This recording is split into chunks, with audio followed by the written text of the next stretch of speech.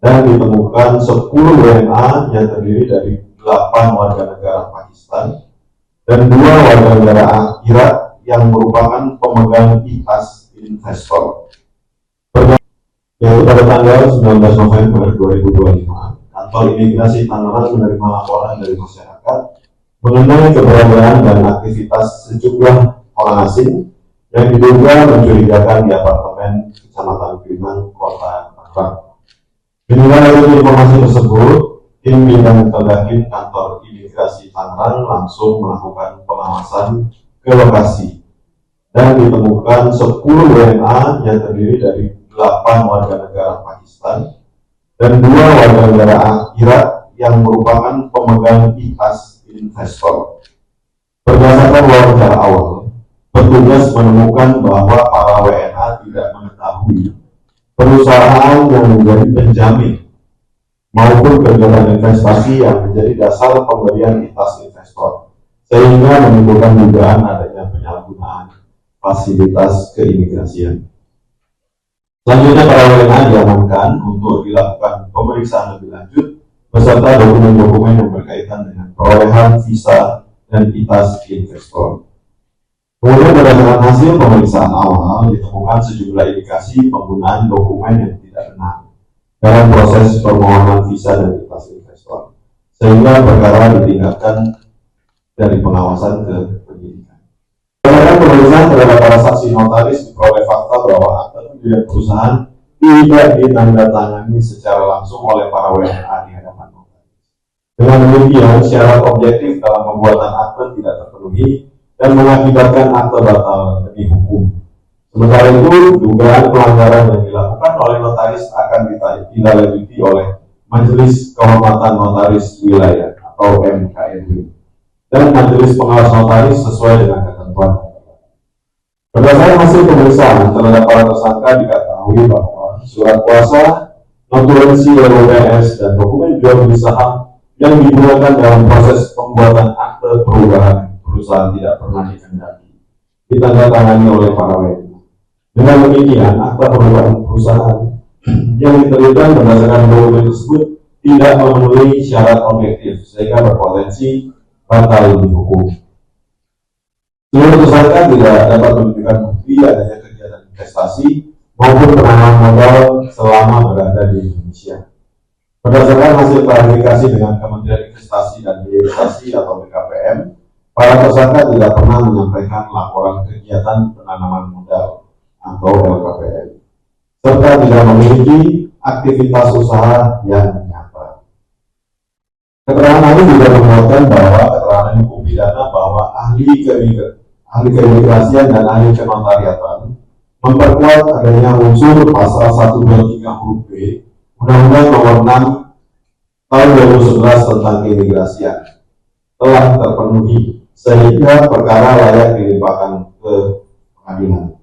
Kemudian, berdasarkan pemeriksaan terhadap para saksi notaris diperoleh fakta bahwa akta pendirian perusahaan tidak ditandatangani secara langsung oleh para WNA di hadapan notaris.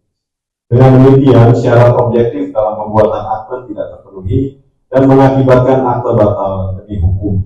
Sementara itu, dugaan pelanggaran yang dilakukan oleh notaris akan ditindaklanjuti oleh Majelis Kehormatan Notaris Wilayah atau MKNW dan Majelis Pengawas Notaris sesuai dengan ketentuan. Berdasarkan hasil pemeriksaan terhadap para tersangka diketahui bahwa surat kuasa, notulensi LOPS, dan dokumen jual beli saham yang digunakan dalam proses pembuatan akte perubahan perusahaan tidak pernah dikehendaki ditandatangani oleh para WNA. Dengan demikian, akta perubahan perusahaan yang diterbitkan berdasarkan dokumen tersebut tidak memenuhi syarat objektif sehingga berpotensi batal dihukum. Seluruh tersangka tidak dapat menunjukkan bukti adanya kegiatan investasi maupun penanaman modal selama berada di Indonesia. Berdasarkan hasil klarifikasi dengan Kementerian Investasi dan Hilirisasi atau BKPM, para tersangka tidak pernah menyampaikan laporan kegiatan penanaman modal atau LKPM, serta tidak memiliki aktivitas usaha yang nyata. Keterangan ini juga menguatkan bahwa keterangan hukum pidana bahwa ahli keimigrasian dan ahli kenotariatan memperkuat adanya unsur pasal 123 huruf B Undang-Undang Nomor 6 Tahun 2011 tentang keimigrasian telah terpenuhi sehingga perkara layak dilimpahkan ke pengadilan. Kemudian penyidik bersama Polres PPNS Polda Metro Jaya yang kebetulan hari ini juga sudah hadir mewakili dari PPNS Polda Metro telah melaksanakan 2 kali gelar perkara yang menghasilkan diterbitkannya surat perintah dimulainya penyidikan atau SPDP pada tanggal 26 Maret 2026 serta menetapkan 10 warga negara asing sebagai tersangka pada tanggal 18 Mei 2026.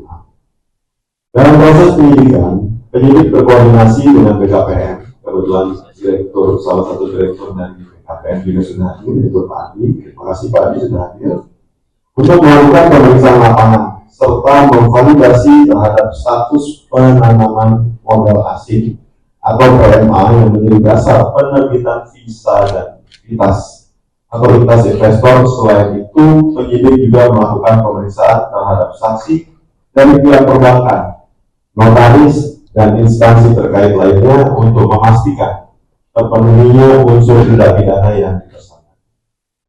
Pada tanggal 15 Juni 2026, penyidik melaksanakan penyerahan berkas perkara tahap 1 kepada penuntut umum untuk dilakukan penelitian. Hari ini juga sudah hadir dari Kasih Bidung dari Kejaksaan Tangerang. Kemudian pada tanggal 14 sampai dengan 16 Juli 2026, pihak penuntut umum menyatakan berkas perkara telah lengkap dan P21. Selanjutnya pada tanggal 16 sampai dengan 17 Juli 2026, penyidik menyerahkan tersangka dan barang bukti atau disebut juga tahap 2 kepada Kejaksaan Negeri Kota Tangerang untuk proses penuntutan dan persidangan. Jadi hal-hal tersebut sebenarnya yang itu mengindikasikan bahwa telah terjadi suatu perbuatan melawan hukum atau pidana.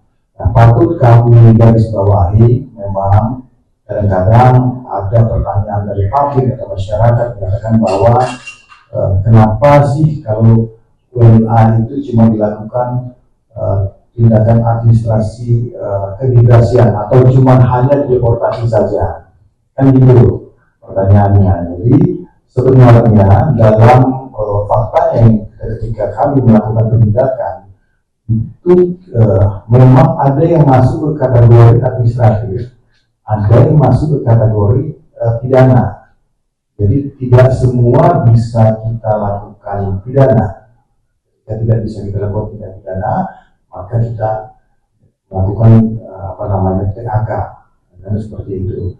Nah, untuk mereka-mereka warga negara asing yang juga melakukan suatu tindak pidana, kami pasti akan melakukan upaya pro justisia untuk menindak mereka-mereka ini supaya memberikan efek jerah juga kepada orang-orang asing. Dan ini juga pesan dari kami kepada warga negara asing, jangan hanya